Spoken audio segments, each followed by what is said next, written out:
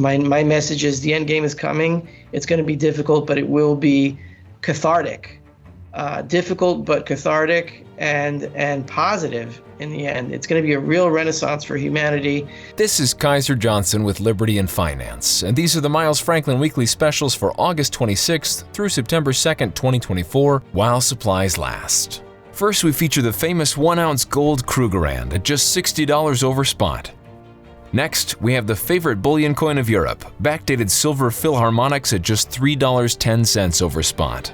And finally, we have 1-ounce platinum Canadian maples at only $80 over spot, one of the lowest premiums on platinum we've seen in a long time. To order our specials or any of the many other options we have available, call us at 1-888-81-LIBERTY. That's 1-888-815-4237. We're available after hours and on weekends, and we look forward to speaking with you. Hey everyone, this is Elijah K. Johnson with Liberty and Finance. And back with us today is our good friend Rafi Farber from the Endgame Investor. Rafi, thank you so much for joining us today. Thanks for having me. Well, it's great to have you today. I was watching your recent video you put out. It's so great to have you because obviously the war has taken a wrong turn and you've actually felt it in your neighborhood. So I did want to get an update on that.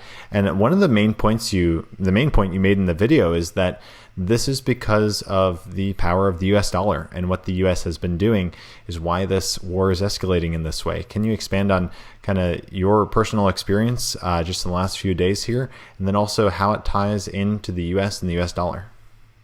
Yeah, sure. This was Wednesday. It was Wednesday morning now. So today is it's Monday, so it's 5 days ago now. So I was at synagogue at morning prayers, and I was learning with the guy I learn with every morning, and we hear the sirens. So I lazily walk into the it's called the mamad here. The modern buildings have this fortified concrete room, and so I just kind of lazily walked into it, and usually we hear distant booms after that, but this time I heard a very, very close one that shook the ground, and it made my heart skip a beat. And I didn't have my phone on me, so I figured that I really should get home and walk home and make sure my wife is still alive. And my kids too are with my in-laws who are here in an Airbnb, just a block away from where I live. And I get onto my street and I see the water main of my neighbor just spraying water into the street, and I'm just kind of dumbfounded. So it turns out that there were two bombs. One hit a block away from my street, and that destroyed completely two houses, just blew them apart. And I can't believe nobody was killed. There was one guy who was in the hospital in moderate condition, but everybody else was okay. And on my street, that was an explosive bomb, but Hezbollah doesn't only send explosive bombs, they send shrapnel bombs, which are basically just packed with ball bearings and other pieces of metal that when they hit, they don't explode so much as they just spray shrapnel everywhere.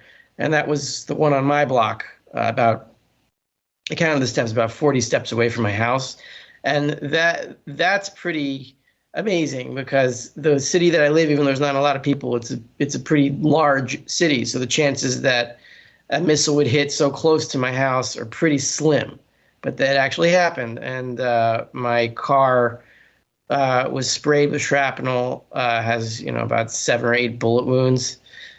And the window was broken, shattered, and I had a flat tire, and a piece of shrapnel went into my bedroom, broke my bedroom window, and my wife was on the ground floor. So we don't have one of those safe rooms. So our procedure is we just go to the first floor into the middle of the house, far away from windows and walls, and just sit down and hope and pray. So that's what she did. And when I arrived, she was okay. She was fine. I didn't even know that my car was hit at the time. I just saw the water spraying in the street. But everything's okay. Everything's fine. My next door neighbor, his house was completely sprayed with bullets, shrapnel bullets, and all of his windows were blown out. But he was fine. He was just sitting there smoking on his front porch. So it was a surreal moment, and everything's okay though. That was my experience. And you want to know why the dollar is responsible for this. So I think this is something that everyone can agree on, no matter what side of this war you're on.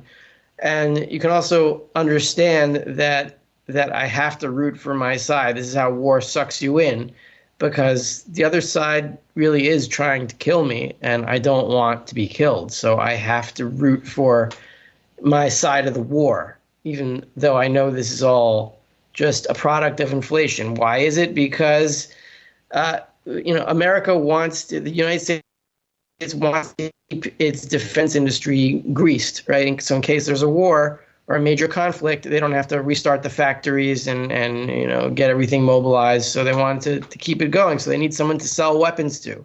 So they use us because we've become dependent since 1967. And on the other side, you have Iran and its proxies and Egypt, which feeds weapons to Hamas. Hamas is really an Egyptian proxy. And even though we have a peace treaty with them, we're not really at peace with them. They still want us dead, it seems.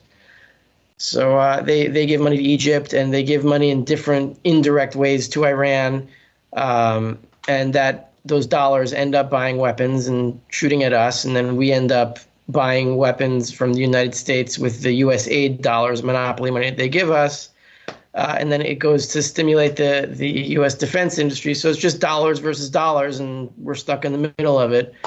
Ideally, when the dollar dies, there are no more American weapons being sent either to us or to our enemies, and then we're on our own, which most Israelis would find pretty scary. But I just retort that the last war that Israel won was without any American aid, a single dollar of it in 1967. That started after we became the big victors in that war, and then we were confirmed to be the big power in the region. And then after we won, the U.S. kind of, marked its territory by making us a defense colony of theirs. So I'm rooting for the dollar to die so we can fight our own war, so we don't have to involve any American taxpayers in it, which I resent, and I'm sure most American taxpayers resent in America for good reason. And let's just all mind our own business and be allies and friends like George Washington proposed. Nothing more than that. I think it does really highlight the power that having the world's reserve currency, how much power the U.S. gets in that, and also just the power that having a fiat currency that you can just print unlimited amounts, how much power that really is, and how going back to something of real value like gold really constrains governments and constrains the power that they have. And it's a really terrible thing that we're in this system right now where the U.S. government can just, through the Federal Reserve, create as much dollars as they want. Yeah, they can. I just want to reframe or rephrase that a little bit. It's not that so much that we've gone onto a new system called fiat, and therefore that gives the government power.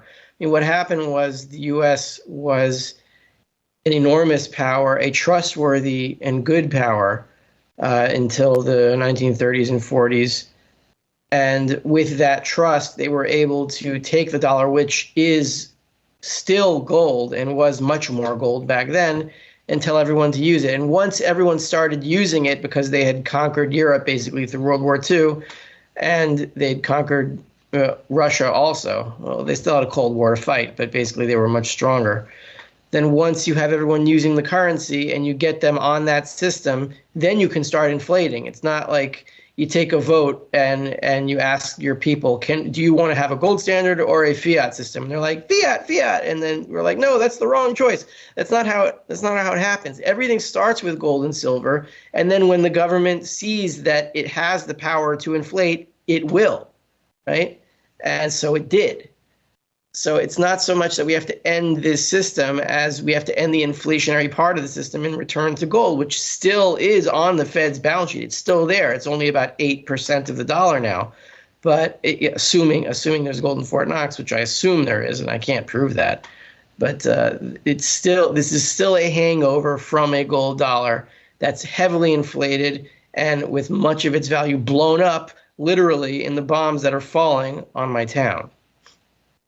When it comes to the cracks in the system that we're seeing, one of the cracks that you have recently reported on, and we've talked about this before, is the reverse repo facility. Now, what are some of the updates you've seen in there that's showing that this crack could really be breaking soon? Well, I commented on this a few times on the Endgame Investor on Substack. And I think Nouriel Roubini, they called him Dr. Doom. He's a mainstream Keynesian type economist, but sometimes he has some good takes, and he has decent instincts. And he was talking about activist treasury issuance. He gives it another 3-letter acronym, ATI. That's okay. So he makes up another term, and now he can coin it and then sell his economist brand. So whatever, activist treasury issuance, he's talking about the massive issuance of treasury bills, short-term debt. And he's saying it's not fair that the treasury is issuing so much short-term debt because that is a de facto way to print money and transfer reserves into the monetary system by selling treasury bills. And then the government takes that money from the bank's reserves and then spends it into the system by funding wars. That's true.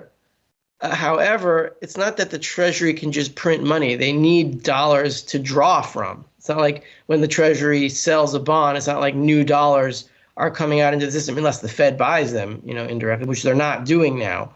So those dollars that the Treasury bills are being bought with are being drawn from somewhere. It's not the Treasury printing the money, right? It's coming from the reverse repo facility, and that is all. Those are all the dollars that were printed in 2020 and 2021 that couldn't make it into the banking system, but now they are.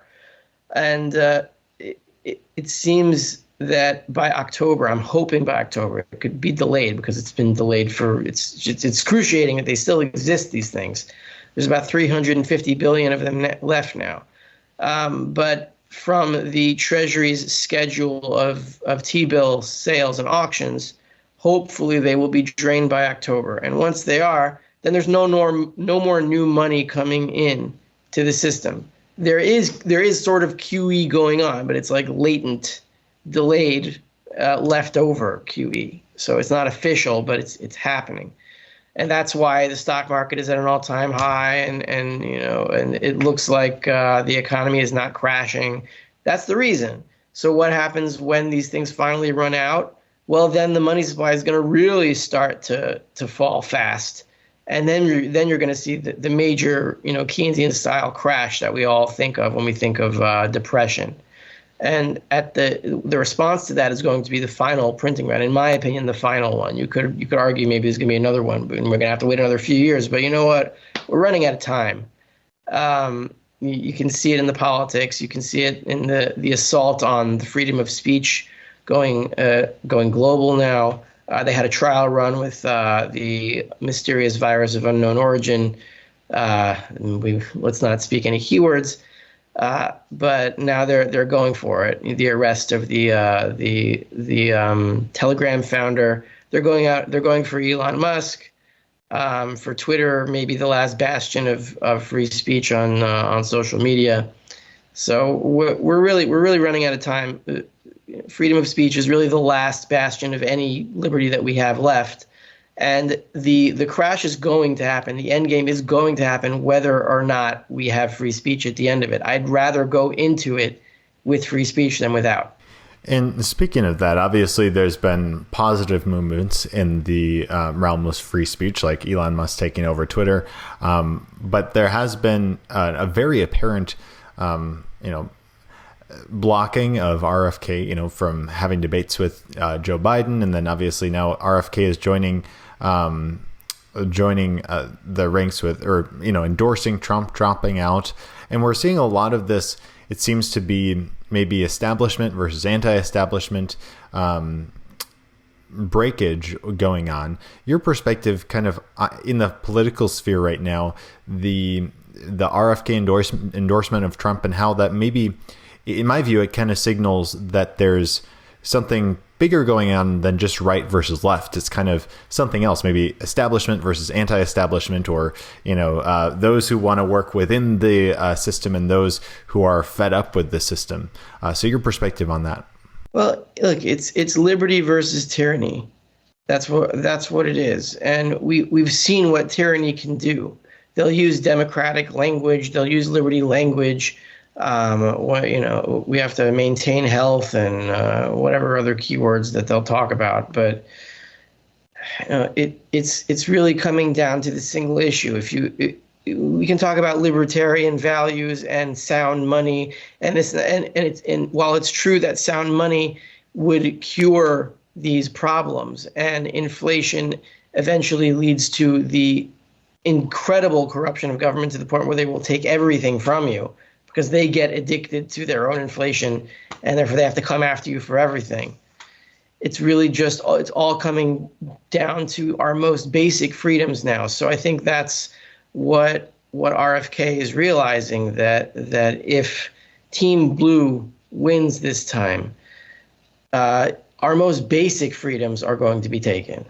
So, we could talk about Austrian economics, talk about Rothbard, Lysander Spooner, and, why support Trump when he's clearly not libertarian. He does not understand money. Neither does RFK. He doesn't understand what gold really is. He doesn't understand that the government at this point can't just stop inflation. If the government stopped spending exponentially, you'd have the same banking crisis that you had in 2008. It has to keep spending, because if it's just simple transitive property, if the dollar is mostly debt, if you don't expand the debt, then you don't expand the money supply. If you don't expand the money supply, you can't pay back the debt.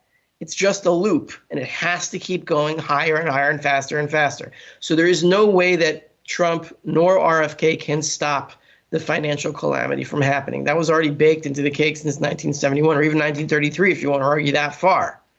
There's no way to stop it. But what can be stopped is the direct assault on what remains of our liberty, and that's what could be very important here. I'm not voting. I don't. I'm not part of the country anymore. If I happen to get an absentee ballot, I'll fill it out for Trump. I think I'm technically a voter in Florida. I don't know how important that is, because I don't think Florida is really a swing state anymore. So I don't think it matters if I vote or not. But look, bottom line, we're going to go into this, into the end of the dollar, and it's going to be very disruptive for the division of labor, and we're going to have to reorganize the economy and all of the inflated crap that is infecting everything in the education system, in the defense system, in the health system. All of that is going to go away. And all of the nonsense, the crazy nonsense that you hear from every sector of the economy it's going to die out, because there will be no money to fund BS if the dollar doesn't work. And people are going to have to actually work on real things instead of their fantasies of destroying what remains of reality. So the question really is, do you want to go into the end of the dollar being able to say things without being arrested? Or do you not mind losing whatever remains of your freedom? And I think the answer is clear. So I agree with RFK.